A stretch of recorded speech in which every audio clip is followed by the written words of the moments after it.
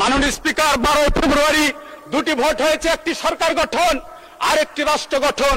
সরকার গঠন জায়েজ হলো, আর রাষ্ট্র গঠন এটি জায়েজ না জায়েজের ফতোয়া আজকে নাজেহাল অবস্থায় আজকে আইসিইউতে। মাননীয় স্পিকার, একটি জায়েজ হলো, একটির স্বীকৃতি দিলাম, একই গর্ভে দুটি সন্তান জন্মগ্রহণ করলে একটিকে স্বীকৃতি দিলাম, আর একটির ডিএনএ টেস্ট পজিটিভ হওয়ার পরেও তাকে গলা চিপে হত্যা করে মর্গে পাঠাচ্ছি। জাতি এ নিয়ে আজকে খুবই কষ্টে আছে, জাতি জবাব দেবে, না হলে নতুন। মাননীয় স্পিকার, আমি ছাত্র জীবনে একটা কবিতা লিখেছিলাম, কষ্টেরও ব্যথা আছে, কষ্ট পাই ভীষণ কষ্ট, বলি যখন কথা স্পষ্ট, বন্ধু তখন চেঁচিয়ে বলে তুই বেটা নষ্ট।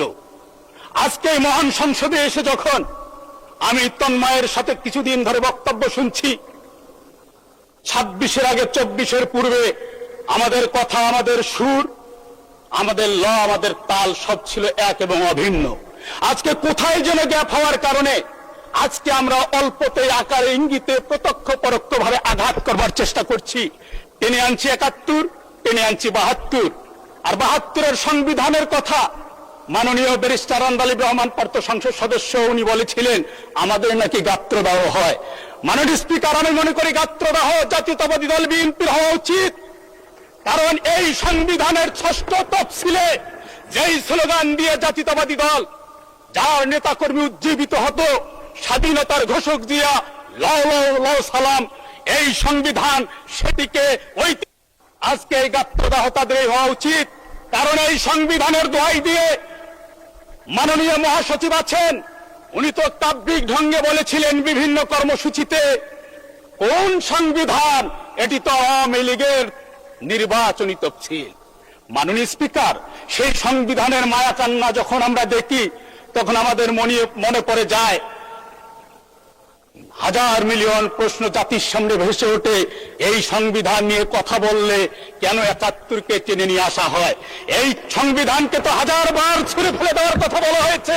নাম বলে সময় আমি নষ্ট করতে চাচ্ছি না। মাননীয় স্পিকার, মাননীয় স্পিকার, আমি আসতে চাচ্ছি একটু আগেই আমরা যেই সমস্ত ছাত্র নেতাদেরকে ছাত্র জীবন থেকে প্রেরণা মনে করেছিলাম, প্রিয় ভাই মাননীয় সংসদ সদস্য ফজলুল হক মিলন, উনি আকারে একটা কথা বলেছেন, এবার সুযোগ বুঝে সংসদে এসেছেন।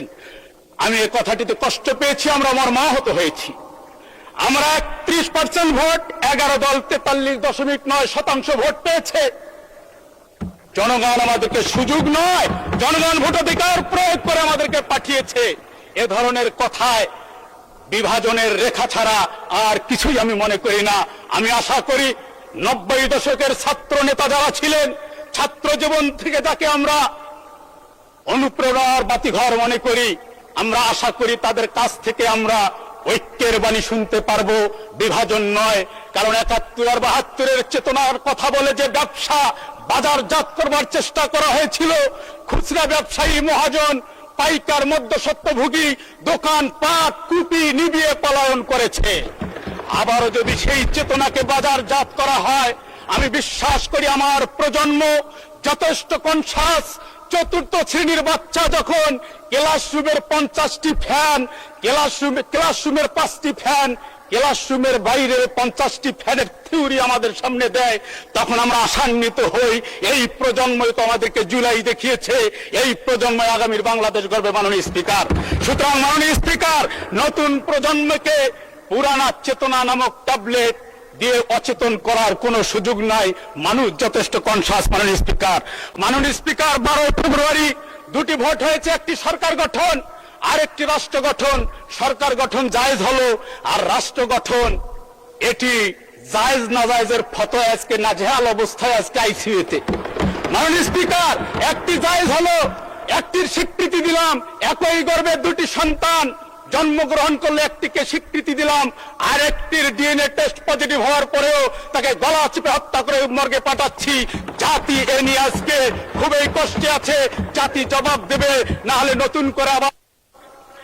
ধন্যবাদ মাননীয় সদস্য, ধন্যবাদ মাননীয় সদস্য।